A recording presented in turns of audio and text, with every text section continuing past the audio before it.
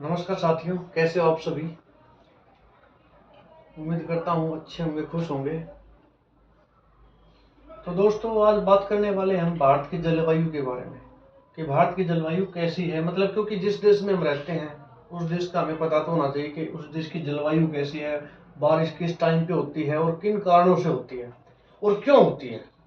तीनों चीजें किस कारण से होती है, कहाँ कहाँ पे होती है, कब होती है और क्यों होती है, ये सारी चीजें जानना बहुत जरूरी है हमारे लिए। वर्ल्ड ज्योग्राफी में भी देखेंगे वो चीज अलग है और बहुत कुछ है। ज्योग्राफी में बहुत कुछ है सीखने के लिए, जो कि हमें सीखना है। तो साथियों देखिए, दो चार बातें मैं पहले आपको बता दूं वीडियो शुरू हो उससे पहले। ये तो आप जान चुके हो, इंडिया का मैप है, जैसा भी बना है भाई देख लेना, मैं ऐसे ही बनाता हूँ। तो भारत की जलवायु के बारे में जानेंगे, लेकिन उससे पहले आप सबसे रिक्वेस्ट है कि अगर आप मेरे साथ बने हो दोस्तों, साथ दे रहे हो, और अगर ये आपकी भी जरूरत है, मेन बात क्या है, आपकी भी अगर ये जरूरत है तो वीडियो को पूरा देखा करो, क्योंकि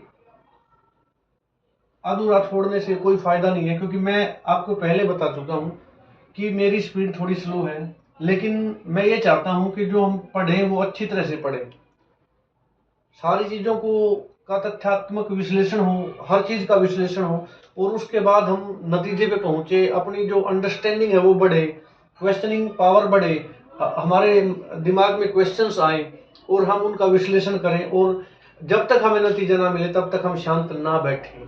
मेन बात पढ़ाई की यही होती है साथियों, यही बात होती है बस पढ़ाई की, कि आपके दिमाग में क्वेश्चन पे क्वेश्चन आना चाहिए और उन क्वेश्चन के आंसर खोजने के लिए आपका मन बहुत जिज्ञासु होना चाहिए। और जब तक ये नहीं हो पाता ना, तब तक हमारी पढ़ाई ही अधूरी है। चाहे कितना रट लो, कुछ भी कर लो, कितना भी कामयाब बन जाओ आप, कोई भी टेस्ट आप क्वालिफाई कर जाओ, नो, मैं नहीं मानता उस चीज को। आप चलो टेस्ट क्वालिफाई कर गए, लेकिन आपको अपने मन में संतुष्टि नहीं मिलेगी कि हमने कुछ किया है। ये सच्चाई की बात बता रहा हूं मैं, एक्चुअल की बात है। और किसी को भाई सबर आता हो तो कर लेना चाहिए, कोई बात नहीं, किसी को रटने में सबर है तो कर लेना चाहिए। लेकिन मैं आपसे रिक्वेस्ट यही करता हूं कि अगर आप मेरे साथ बने हुए हो तो, क्योंकि देखिए मैं वो चीजें ढूंढ के लाता हूं जो किसी भी बुक में नहीं मिलती, आपको नहीं मिलेंगी। ये चीज आप जो बताने वाला हूं वो भी बुक्स में नहीं मिलेंगी आपको, जो पहले बताई है वो भी बुक्स में नहीं मिलेंगी। तथ्य बहुत मिल जाएंगे, तथ्य, और तथ्य ये देखो, तथ्य का आपके पास समुद्र भरा पड़ा है, कितना रट पाते हो आप, कितना याद कर पाते हो। लेकिन अगर इस तरीके से देखोगे ना आप, मैंने आपको बोला कि तकरीबन तकरीबन तकरीबन 10 के आसपास क्लास हो चुकी हैं, 8-10 क्लास हो चुकी हैं, 8-10 क्लास और उसके बाद ना, आप यकीन मानिए, उसके बाद आपको कोई तथ्य रटने की जरूरत नहीं पड़ेगी। आपको खुद ब खुद अगर मैप से इस तरीके से स्टडी करोगे तो की बात है, सिर्फ बातों को सुनोगे तो कुछ नहीं है, खुद भी मेहनत करनी पड़ेगी। अगर आप ऐसा कर पाते हो तो आप यकीन मानिए, आपको कुछ भी रटने की जरूरत नहीं पड़ेगी। बस जगह का नाम आएगा आपके दिमाग में, और आपके दिमाग में पूरा नक्शा होगा उस जगह का, उस जगह की सारी जलवायु होगी आपके दिमाग में, उस जगह पे कौन कौन से खनिज मिलते हैं सब आपके दिमाग में होंगे। और ये केवल तब पॉसिबल है जब आप मेरी तरह, आप ये मान लो कि आप एक रेगुलर स्टडी करें और वीडियो को पूरा देखें। अगर वीडियो को आपको अधूरा छोड़ना है तो इससे बेटर तो ये है कि आप वीडियो को अभी छोड़ दो। अभी क्या, इससे पहले ही छोड़ देना चाहिए था, पर अब बता रहा हूं तो अभी छोड़ दो, कोई फायदा नहीं उसका। और फायदा तभी है जब आप सारी वीडियोस देखो। अगर आपने पिछली वीडियोस नहीं देखी तो उनको देखो, क्योंकि बहुत सारी चीजें हैं जो पिछली वीडियो से रिलेटेड है, और ज्योग्राफी ऐसा ही सब्जेक्ट है। बाकी आपकी जानकारी के लिए बता दूं कि कल हिस्ट्री की कोशिश करूंगा मैं, कल एक एक जो क्लास है हिस्ट्री की भी शुरू करें, ताकि थोड़े समय में ज्यादा सिलेबस कवर हो पाए। टाइम तो वैसे कोशिश करता हूँ ज्यादा से ज्यादा देने की, लेकिन भाई उतना टाइम होता नहीं है, आप सब समझदार हो, सब जानते हो इन चीजों को, तो टाइम उतना दे नहीं पाता। लेकिन दिमाग में इतनी चीजें भरी पड़ी हैं कि पता नहीं क्या क्या करवा दूं। मैथ्स भी हमारे पास, इकोनॉमिक्स भी हमारे पास, हिस्ट्री, ज्योग्राफी, पॉलिटिकल, सब कुछ है, और भी ना जाने क्या क्या, अकाउंटेंसी भी है मेरे पास। लेकिन वो उतना टाइम होता नहीं है अपने पास। उतना टाइम, जितना टाइम भी हो पाता है उसके अकॉर्डिंग मैं सोच रहा हूँ कि कल से हिस्ट्री की वीडियो भी डाला करूंगा एक, उसके बाद धीरे धीरे वो सब्जेक्ट बढ़ा देंगे, देखते हैं जैसा भी टाइम होता है। तो यहाँ पे आज बात करेंगे हम भारत की जलवायु की। तो दोस्तों देखिए, ये मैंने भारत का मैप बना है, जैसा भी बना है देख लेना भाई, इतना मैं पहले बता चुका, इतना कलाकार मैं हूं नहीं, जैसा बनता है वैसा बना देता हूँ, समझने के लिए होता है, मैं इस चीज से समझ जाता हूँ, आप भी समझ जाओगे। सिर्फ बात अक्षांश देशांतर की और भारत के विस्तार की है, वो आपको पता होना चाहिए कि भारत का यहाँ पे देशांतर में कितना है, पश्चिमी देशांतर कितना है, पूर्वी कितना है, उत्तरी अक्षांश कितना है और दक्षिण अक्षांश कितना है, ये सब चीजें पता होनी चाहिए। कर्क रेखा का पता होना चाहिए कि कर्क रेखा जो है वो भारत की जो है कर्क रेखा वो कहाँ कहाँ से गुजरती है और यानी कि भारत को बीच से काटती है, तो इसका पता होना चाहिए। ये चीजें नॉर्मल है, ये पहले हम पढ़ चुके हैं। तो यहाँ पे जो भारत की जलवायु के बारे में है, सिंपली मैं आपको बताऊं भारत की जलवायु कैसी है। भारत की जलवायु उष्णकटिबंधीय है।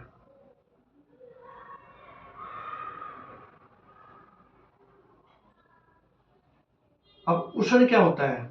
उष्णकटिबंध यानी कि गर्म जलवायु, यानी कि जो भारतीय उपमहाद्वीप मान लीजिए, यानी भारतीय उपमहाद्वीप में और भी देश आ गए, यहाँ पे आपका बांग्लादेश आ गया, नेपाल, भूटान, पाकिस्तान, श्रीलंका, ये हम बाद में देखेंगे, चीन वगैरह, ये भारतीय उपमहाद्वीप में कई सारे देश आ गए, नीचे भी है मालदीव वगैरह, वो जब वर्ल्ड ज्योग्राफी देखेंगे तब देखेंगे उन चीजों को।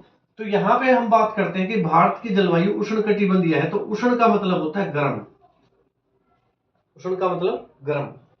तो हमने पहले स्टडी किया था, अभी मैं फिर एक सेकंड के लिए रिमाइंड करा दूं आपको, यह है भूमध्य रेखा 0 डिग्री,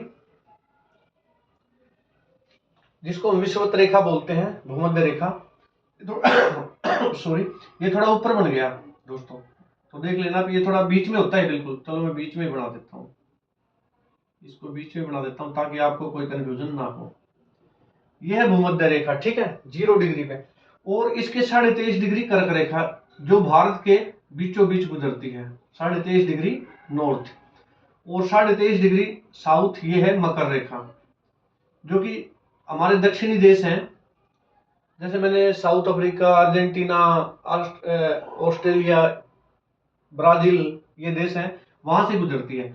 तो मैंने बताया था आपको कि गर्मियों की ऋतु जो है ना, वो मेनली सिर्फ इसके बीचों बीच ही दिखाई देती है। उसका कारण भी मैंने बताया था एक वीडियो में, वो आई थिंक वो सीजनल चेंज वाली वीडियो थी, शायद चौथे नंबर पे हो, तीसरे नंबर पे, आप देख लेना, अगर आप देखना चाहो तो देख सकते हो कि ऐसा क्यों होता है।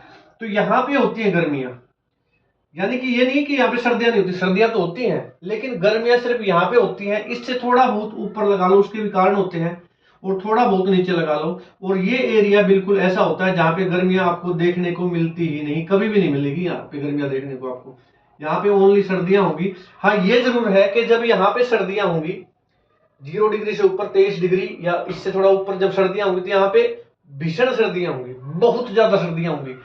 और जब यहाँ पे सर्दियां होंगी तो यहाँ पे दक्षिण ध्रुव पे और ज्यादा सर्दियां होंगी। बस ये तो है। देखिए, सूर्य की किरणें मान लो यहाँ पे पड़ेंगी, लंबवत यहाँ पे पड़ेंगी मान लो, तो यहाँ पे बहुत ज्यादा सर्दी होंगी, और जब यहाँ पे सूर्य की किरणें लंबवत पड़ेंगी तो यहाँ पे बहुत ज्यादा सर्दी होंगी। ये सिर्फ सिंपल चीज है, ये ज्यादा बार बार बताने की आवश्यकता नहीं होनी चाहिए। तो इसको बोलते हैं उष्णकटिबंधीय। उष्णकटिबंधीय जो इन रेखाओं के बीच में आ गया उनको बोलते हैं उष्णकटिबंधीय। तो आप ये मान लो कि ये कर्क रेखा है जो मैंने यहाँ पे बनाई, जो भारत को बीचों बीच काटती है, ये गुजरात है, तो ये भारत को बीचों बीच काटती है, ठीक है। ये कई राज्यों से होकर गुजरती है, वो आप पढ़ सकते हैं आराम से, गूगल पे सर्च कीजिए, पता लगाइए 8 राज्य हैं, कौन कौन से राज्य हैं वो आप पता लगाइए। कमेंट तो चाहे मत कीजिए, लेकिन पता लगाइए कि वो कौन कौन से राज्य हैं जहां से कर्क रेखा भारत को काटती है, किस किस राज्यों से होकर गुजरती है। तो ये चीज हो गई। अब बात यहाँ पे क्वेश्चन ये उठता है कि उष्णकटिबंधीय में तो सिर्फ ये एरिया है, यानी कि इससे नीचे का एरिया आया, क्योंकि भूमध्य रेखा अगर भारत के मैप को माने तो ये 8 डिग्री है, 8.4 डिग्री है। तो आप ये मान लीजिए कि तकरीबन तकरीबन यहाँ से भूमध्य रेखा गुजरेगी, तो और यहाँ पे मकर रेखा होगी, तो यानी कि इसके बीच बीच का होगा। ये तो उष्णकटिबंधीय नहीं होना चाहिए, ये एरिया तो नहीं होना चाहिए ना, लेकिन है। उसके पीछे वजह क्या है? उसके पीछे क्योंकि ये एरिया भी यहाँ भी गर्मियां पड़ती हैं, इस एरिया में भी गर्मियां पड़ती हैं, और उसके लिए जिम्मेवार है हमारा हिमालय पर्वत, हिमालय वाले चैप्टर में, अभी हिमालय पढ़ने वाले हैं कुछ दिन में, हिमालय वाले चैप्टर में हम ये सीखेंगे कि हिमालय पर्वत में कौन कौन सी चोटियां आती हैं। वो सारी चीजें अब आप समझ लो, तथ्यात्मक ज्ञान आपका शुरू हो चुका है। ये हिमालय पर्वत है, ठीक है। ये यहाँ पे नीचे भी आता है, चलो नीचे वाले को छोड़ो, ये काम का नहीं है आपके फिलहाल के लिए। ये हिमालय पर्वत आता है। तो आप जानते हो कि इससे ऊपर जाएंगे ठंड होगी, तो यहाँ पे तो भीषण ठंड है। इससे ऊपर ऊपर ये एरिया, अगर आप अर्थ के मैप को देखें तो इससे ऊपर जितने जाओगे ठंड मिलती जाएंगी। तो इससे ऊपर तो भीषण ठंड है, और यहां से आती ठंडी हवाएं। ठंडी हवाएं क्यों? ठंडी हवाएं क्यों? क्योंकि इस एरिया से ऊपर, जैसे मैंने बता चुका हूं, इससे ऊपर तो ठंड है, तो यहां से ठंडी हवाएं आएंगी, गर्म थोड़ा ना आएंगी, ठंडी आएंगी ना। तो ठंडी हवाओं को हिमालय रोक देता है। यहाँ पे हिमालय बीच में, हिमालय पर्वत बहुत ऊंचा है, और ये ठंडी हवाओं को भारत में इससे नीचे, इस एरिया की बात नहीं कर रहा मैं, जो जम्मू कश्मीर वाला एरिया है इसकी बात नहीं कर रहा, इससे नीचे वो इन हवाओं को नहीं आने देता। समझ रहे हैं आप बात को? उम्मीद करता हूं समझ रहे होंगे आप। इससे नीचे हिमालय पर्वत, यानी कि हिमालय पर्वत से टकरा के ये हवाएं उल्टी मुड़ जाती है, चाइना तक ही आती है, इससे आगे ये हवाएं नहीं आ पाती। इस वजह से यहाँ पे उस तरह की ठंड नहीं हो पाती जिस तरह की हो सकती थी अगर हिमालय पर्वत ना होता तो ये एक खास वजह है इस एरिया में गर्मी होने का। पिछली वीडियो में नहीं बताया था, अब बता रहा हूं, क्योंकि अब ये चैप्टर ही ऐसा आ गया जलवायु वाला, और यहाँ पे बताना जरूरी हो गया कि उष्णकटिबंधीय क्यों कहा जाता है। तो यही वजह है कि यहाँ भी गर्मियां दिखाई देती हैं, यहाँ गर्मियां दिखाई देती हैं सितंबर तक। कौन सी सितंबर तक, वो डेट आप याद करके करने की कोशिश कीजिए। चलो मैं बता ही देता हूँ, 23 सितंबर तक यहाँ पे भी गर्मियां दिखाई देती है, इस एरिया में भी। तो यहाँ पे आपको ये बात समझ में आई कि उष्णकटिबंधीय है, ठीक है। अब बात करते हैं कि उष्णकटिबंधीय के साथ साथ भारतीय जलवायु मानसूनी भी है। मानसूनी, अब मानसून क्या होता है? मानसून ये होता है कि भाई जैसे जैसे ऋतु परिवर्तन हो उसके साथ साथ हवाएं अपनी दिशा बदल ले, उनको हम बोलते हैं मानसूनी पवने। यानी कि मौसम चेंज हुआ, मौसम चेंज होने के साथ ही हवा ने या पवनों ने अपने दिशा बदल ली, यानी कि अपोजिट दिशा में आ गई, उसको बोलते हैं मानसूनी पवने।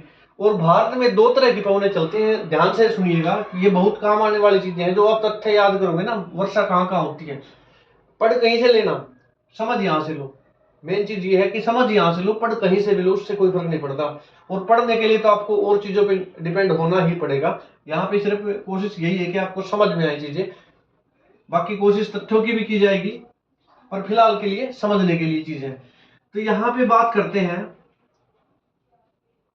मानसूनी पवनों की, जो कि दो तरह की होती हैं, एक उत्तर पूर्वी और एक दक्षिण पश्चिमी।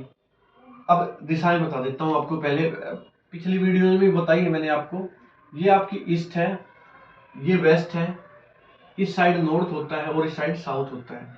तो ये जो पवनें आ रही है, जहां से पवनें चलेंगी वहीं से उस दिशा का नाम होगा। तो ये पवन कहां से चल रही है? यहाँ पे पूर्व है, यहाँ पे नॉर्थ है, और इनकी जो डायरेक्शन जहां से ये आ रही है वो डायरेक्शन देखिए आप, ये है नॉर्थ ईस्ट, यानी कि उत्तर पूर्व। उत्तर पूर्व, तो ये उत्तर पूर्वी पवने हैं, उत्तर पूर्वी पवने, और ये चलती हैं सर्दियों में। सर्दियों में चलती हैं पवने, ठीक है, दिखाई दे रहा है आपको? मानसूनी पवने, ये मानसूनी पवने हैं, उत्तर पूर्वी मानसूनी पवने। और ये कब चलती हैं? ये चलती हैं सर्दियों में, यानी कि इंडिया के हिसाब से हम देखें तो सितंबर के बाद चलती हैं। अक्टूबर, नवंबर, दिसंबर, जनवरी, फरवरी, इनमें चलती हैं। जो जाड़े के महीने होते हैं उनमें चलती हैं उत्तर पूर्वी मानसूनी पवने। और ये पवने हैं दक्षिण पश्चिमी। अब बताने की जरूरत, दक्षिण पश्चिम, ये पवने हैं दक्षिण पश्चिमी पवने। दक्षिण पश्चिमी मैंने सिंपल लिख दिया, आप सुन तो रही हो। ये वेस्ट है, ये साउथ है, साउथ वेस्ट, यानी कि दक्षिण पश्चिमी मानसूनी पवने। ये चलती है गर्मियों में, यानी कि गर्मियों का मतलब आप ये मान लो कि ये 1 जून से स्टार्ट हो जाती है, इंडिया में प्रवेश करती है 1 जून को। 1 जून को इंडिया में इंटर करती है ये पवने, मानसून जो होती है, जो गर्मियों वाली मानसून है, दक्षिण पश्चिमी मानसून जिसको बोलते हैं, वो 1 जून को एंटर करती है इंडिया में और उसके बाद पूरे इंडिया में बारिश करती है। इसको बोलते हैं दक्षिण पश्चिमी मानसूनी पवनें। ओके, अब यहाँ पे दोनों मानसूनों की बात करते हैं। जो सर्दियों वाली मानसून है जिसको हम उत्तर पूर्व मानसून बोलते हैं, वो मोस्टली इंडिया में बारिश नहीं करती। उसके पीछे वजह क्या है, देखिए उसको समझने के लिए एक सेकेंड।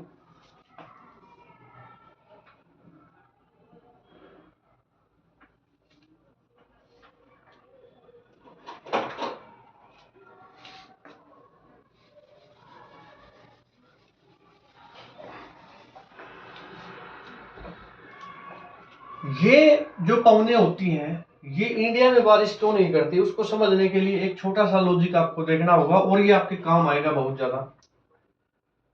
शायद मैंने पहले कभी बताया हो या पता नहीं बताया, चलो बता देता हूं। अब जो वर्षा होती है ना, बारिश, उसके पीछे वर्षा क्यों होती है। पहली बात तो ये वर्षा होती कैसे है, ये समझना जरूरी है। इसके पीछे बहुत जल्दी बताऊंगा मैं कि क्या कारण है। कोशिश करूंगा फिर कभी डिटेल वीडियो बनाऊंगा इसके बारे में, वर्षा कैसे होती है। अभी आप इतना समझो कि जो जल है उसका वाष्पीकरण हो जाता है, तापमान ज्यादा होता है, टेम्परेचर क्या होता है, हाई होता है, और उसकी वजह से हवाएं गर्म होकर ऊपर उठती हैं और साथ में जल वाष्प भी उसके साथ ऊपर चले जाते हैं। ठीक है, जल वाष्प यानी कि वो जल ने वाष्प का रूप ले लिया है, यानी कि जल एक किस्म से पवन का रूप ले चुका है, और जिसको हम बोलते हैं नमीदार पवनें, नमी युक्त पवन।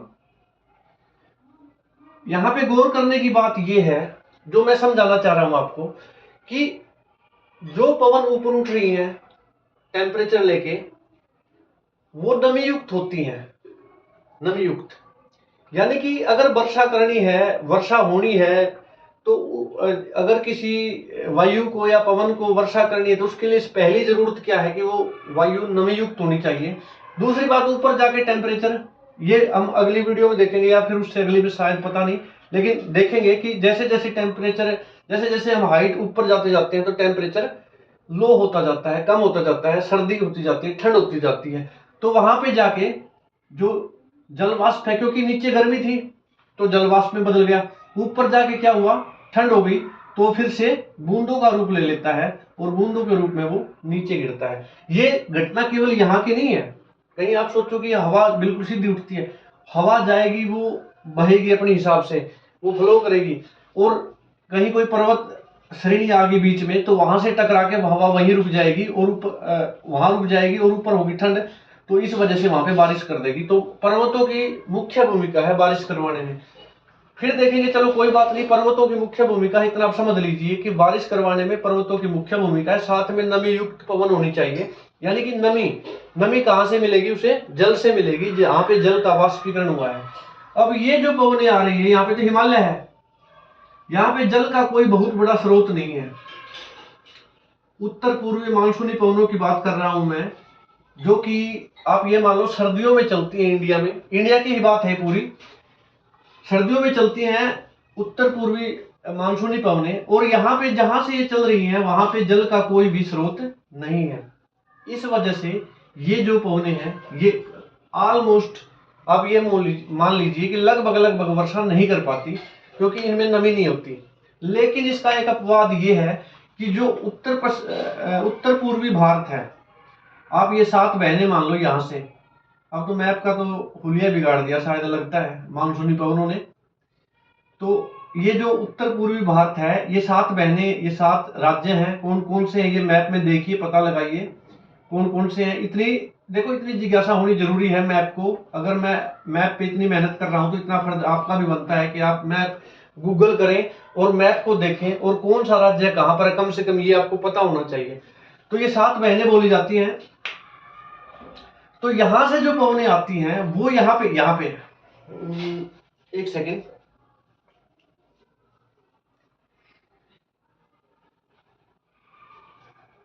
ये जो पवनें आती है यहां से उत्तर पूर्वी भारत से जो पवनें आती हैं, उनको यहाँ पे बंगाल की खाड़ी, यहाँ पे कौन सी खाड़ी, खाड़ी जब हम पढ़ेंगे तो मैं जरूर बताऊंगा आपको, अभी फिलहाल आप समझ लो कि बंगाल की खाड़ी है। लेकिन इतना मैंने आपको बताया था, खाड़ी क्या होती है, जो तीन ओर से जल से घिरी हुई हो, स्थल से घिरी हुई हो, वो जल राशि जो तीन ओर से स्थल से घिरी हुई हो उसको खाड़ी बोलते हैं। तो ये खाड़ी है और इसका नाम है बंगाल की खाड़ी, ये खंबात की खाड़ी, ये कच्छ की खाड़ी, ठीक है। सॉरी। तो यहाँ पे जब ये पवने उत्तर पूर्व से चल के आती है सर्दियों में, यहाँ पे सर्दियों की बात है क्योंकि उत्तर पूर्वी मानसून केवल सर्दियों में चलती है, तो इनको बंगाल की खाड़ी से पर्याप्त नमी मिल जाती है और ये तमिलनाडु के कोरोमंडल तट पे, यहाँ पे कौन सा तट है ये भी हम देखेंगे। अभी सिर्फ आप इसको थोड़ा सा ध्यान में रखिए, इनको फिर से पढ़ेंगे कि ये भारत में कौन कौन से तट हैं। ये कोरोमंडल तट पे, और ये कहां पे है, तमिलनाडु में।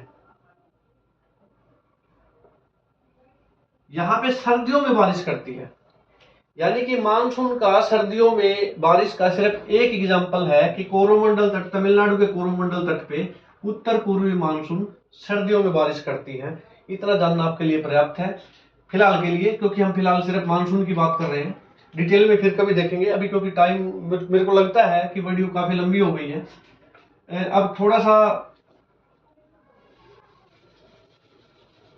ये होगी आपकी उत्तर पूर्वी मानसून की बात।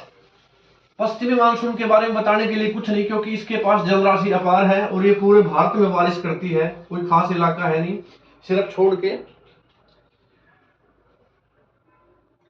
कोरोमंडल तट पे बारिश नहीं करती है, आंध्र प्रदेश तट पे बारिश नहीं करती और उड़ीसा तट पे भी बारिश नहीं करती, जो हमारी दक्षिण पश्चिम मानसून है। कब चलती है ये हमारी, ये पवने गर्मियों में चलती हैं और सबसे पहले ये केरल के मालाबार तट पे, केरल का कौन सा तट है, मालाबार। अभी सिर्फ इसको फिर देखेंगे हम कभी, अभी सिर्फ थोड़ा सा बात चल रही है ना, तो इस वजह से कह रहा हूं। सबसे पहले 1 जून को केरल के मालाबार तट पे बारिश करती है। अब इसको तो हटा ही देता हूं मैं, क्योंकि ये तो हो ही चुका है ना आपका। उत्तर पूर्वी मानसून तो हो ही गया, आप समझ गए कि उत्तर पूर्वी मानसून जो चलती है पूरे भारत में कहीं बारिश नहीं करती, लेकिन पूर्वोत्तर जो भारत के राज्य हैं वहां से जब मानसून चलती है तो वो तमिलनाडु के कोरोमंडल तट पे बारिश करती हैं, इतना आप समझ लीजिए। अब ये जो होती है, ये इसके बारे में ज्यादा बताने के लिए नहीं है। दक्षिण पश्चिम मानसून जो है वो 1 जून को मालाबार तट पे बारिश करती है और 15 जुलाई तक लगभग पूरे भारत में फैल जाती है यहां तक, यानी कि हिमालय से आगे तो जा नहीं पाएंगी। बता सकते हैं क्यों, क्योंकि हिमालय जब शीत हवाओं को रोकता है भारत में प्रवेश से, तो क्या वो इन पवनों को नहीं रोकेगा। यानी कि हिमालय के निचले इलाकों में, हिमालय के दक्षिणी इलाकों में ये खूब बारिश करती है पूरे भारत में, इतना जानना पर्याप्त है। अब बस सिर्फ एक चीज और रह गई भारत की जलवायु के बारे में, बारिश के बारे में, और आपको काफी मदद मिलेगी। शायद लग रहा होगा आपको कि मदद ना मिले, लेकिन आप कालांतर में देखेंगे कि इन चीजों से आपको बहुत ज्यादा हेल्प होने वाली है मेरी, क्योंकि इन चीजों से हेल्प हुई है। अब एक चीज और रहेगी जो भारत में बारिश के लिए एक मुख्य कारण है, वो है पश्चिमी विक्षोभ।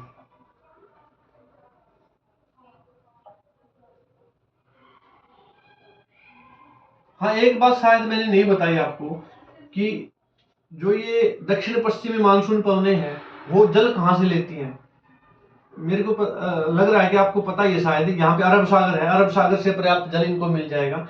और जो उत्तर पूर्वी मानसून जो है कोरोमंडल तट पे बारिश करते हैं, उनको जल कहां से मिलता है, बंगाल की खाड़ी से, बंगाल की खाड़ी से जल लेंगी। और जो दक्षिण पश्चिमी मानसून जो पूरे भारत में बारिश करती है वो कहां से जल उठाती है, यानी कि उन पवनों में नमी कहां से आती है, वो नमी आती है आपके अरब सागर से।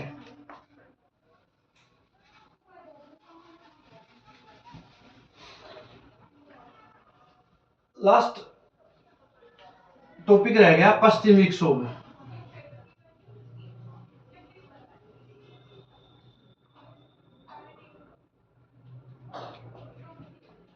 पश्चिमी विक्षोभ, पश्चिमी विक्षोभ, पश्चिमी पवने, जो नाम से मैंने बताया था, जो ये पवने चली थी इनको हमने नाम दिया था उत्तर पूर्वी, उत्तर पूर्वी, ठीक है। इनको मैंने नाम दिया था दक्षिण पश्चिमी। ऐसे चलती थी, दक्षिण पश्चिमी, और इनको मैंने नाम दिया था उत्तर पूर्वी। ये ऐसे चलती थी।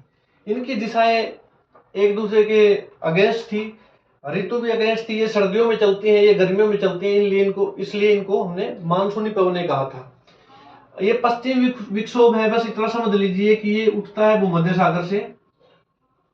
भूमध्य सागर हमने पहले देखा था, भूमध्य सागर कहाँ है, आप खुद तलाश कीजिए वर्ल्ड मैप में।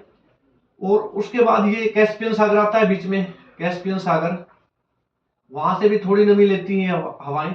देखिए, बारिश करने के लिए जरूरी है कि नमी होनी चाहिए हवा में, और नमी कहां से होगी, जब हवा उस जगह से गुजरे जहां पे नीचे पानी हो, क्योंकि वहीं से जल वाष्प उठेंगे और हवा के साथ मिल जाएंगे वो, और फिर वो हवा गर्म होकर ऊपर उठेगी और ऊपर जाके फिर ठंडक मिलेगी, तो उसके बाद वो बारिश कर देगी। तो यहाँ पे देखिए, जब ये पश्चिम विक्षोभ चलता है पश्चिम से, तो हिमालय पर्वत की वजह से इसके दो भाग हो जाते हैं, एक उत्तरी भाग और एक दक्षिणी भाग। ठीक है, जो दक्षिणी भाग है वो लगभग लगभग आप इस एरिया में मान लो कुछ उत्तर प्रदेश, यहाँ पे पंजाब, हरियाणा, राजस्थान का कुछ हिस्सा और दिल्ली, यहां पे बारिश करता है पश्चिम विक्षोभ। कारण स्पष्ट है, कारण में कोई दिक्कत मेरे को नहीं लगता कि इस टाइम आपको होनी चाहिए, क्योंकि पश्चिमी हवाएं चल रही हैं। यहाँ पे बीच में हिमालय पर्वत है, इसके दो हिस्से हो गए। तो जब हिमालय पर्वत से ये पवनें टकराती हैं तो ऊपर उठती हैं, और ऊपर उठ के ऊपर, क्योंकि ठंड ज्यादा है तो उस वजह से जो वाष्प है वो जल बूंदों में बदल जाते हैं, और यहाँ पे इस एरिया में खूब वर्षा होती है। खूब तो नहीं कह सकते, लेकिन वर्षा होती है। ठीक है, सर्दियों की बात है ये, सर्दियों में होती है। ठीक है, सर्दियों में खूब वर्षा होती है। और जो उत्तरी हिमालय का उत्तरी भाग है, यानी कि जम्मू कश्मीर मान लीजिए आप, कुछ हिमाचल प्रदेश और कुछ उत्तराखंड मान लीजिए, उत्तराखंड, जम्मू कश्मीर और हिमाचल प्रदेश में जो बारिश होगी पश्चिम विक्षोभ से, वो हिमपात के रूप में होगी, यानी कि जिसको हम बोलते हैं स्नोफॉल, स्नोफॉल के रूप में होगी। यानी कि वहां पे जो बारिश का रूप होगा वो बूंदों के रूप में नहीं होगा, वो हिमपात के रूप में होगा। तो उम्मीद करता हूं दोस्तों, आपको जो चीजें मैंने समझाने की कोशिश की है उस चीज को आप समझे होंगे, साथ में जो मैं कहना चाह रहा हूं वो भी आप समझ गए होंगे। धन्यवाद दोस्तों।